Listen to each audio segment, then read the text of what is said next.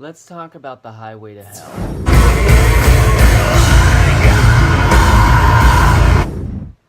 It's come up kind of into my little internet, whatever this thing is that I live in. Again, for probably the fifth time in as many years.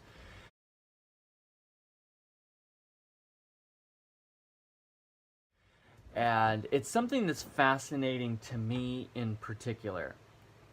Let me begin first, though, by kind of putting my cards on the table as a youth leader or a student ministries leader, as any kind of church leader. I would not be in favor of doing any kind of secular music as part of a structured portion of a message. This has actually come up. I interviewed as a kind of small groups family pastor at a church where for their Good Friday Easter weekend they featured a secular song, a secular rock song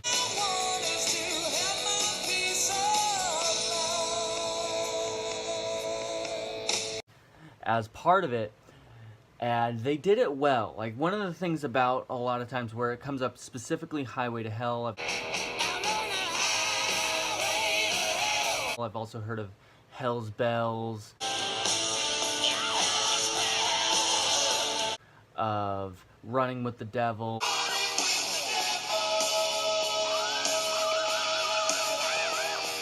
several other secular rock songs that could be in it, as well as other things that are used as illustrations. Adele,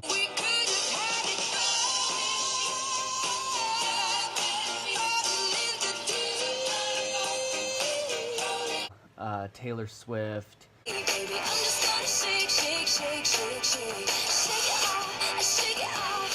various other things like that have been used, but specifically sticking with the AC/DC, the Boston Aerosmith, like those kind of rock bands music tends to get the most flack.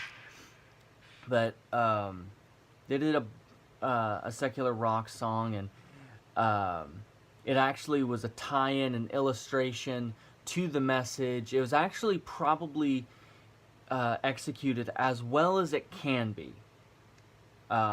with kind of all the cylinders firing for it.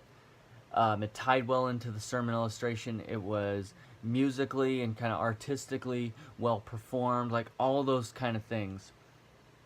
But later, speaking with the pastor of the church on the phone, we were discussing it, and I'm pretty sure it was kind of the death knell of my candidacy for them. But talking about it, and my response was, I think despite the artistmanship, despite the well-orchestrated nature of it, despite the fact that it was executed well, I think that there's one major pitfall that it just can't get out of, the ditch that it cannot climb itself out of when you're doing music like that on a Sunday morning or a Saturday night or whenever your church meets, is, what am I as a congregant supposed to do?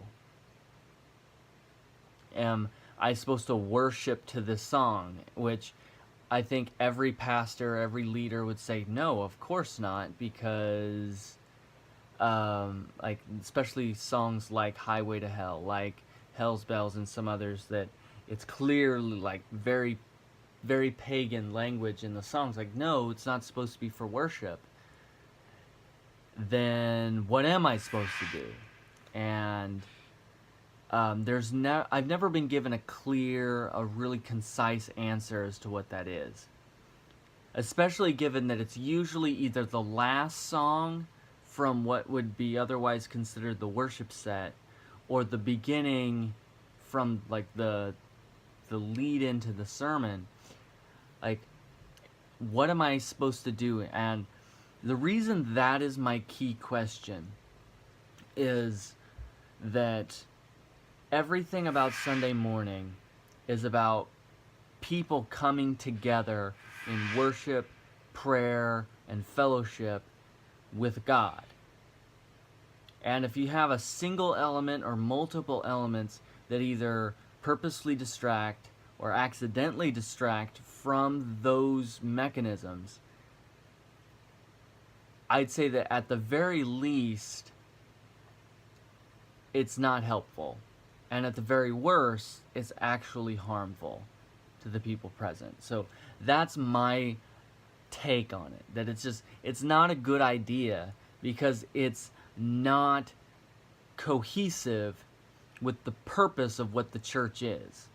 Capital C church. I don't care if you're a hymns church or if you're a contemporary Christian music church or if you're whatever, Bethel, Hillsong, whatever it is you do on Sunday morning. If you're a 30-minute message or if you're an hour-long message or whatever your church does, whatever it is, doing a song like that is going to inevitably detract from it. It doesn't fit in that environment. All right, that's the end of what turned out to actually be a really short, quick take on what I would say is my sole perspective on this issue. Wanted to throw that out there. I have another second part of this coming up. It's more my usual speed as far as length and everything, talking more about, I think, the context of the conversation that's had around this subject. More kind of commentary on where I think these perspectives are coming from. So keep an eye out on that.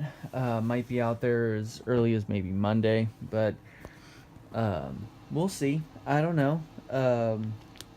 Also, there's a Comic-Con this weekend here in Indianapolis, so try to get some footage of some stuff that I'm doing down there, or up there. It's north of me, and maybe see some cool stuff. So keep an eye out for those videos or that content. And if you like this, obviously like it, share it, subscribe it, join the conversation, and I'll catch up with you guys later.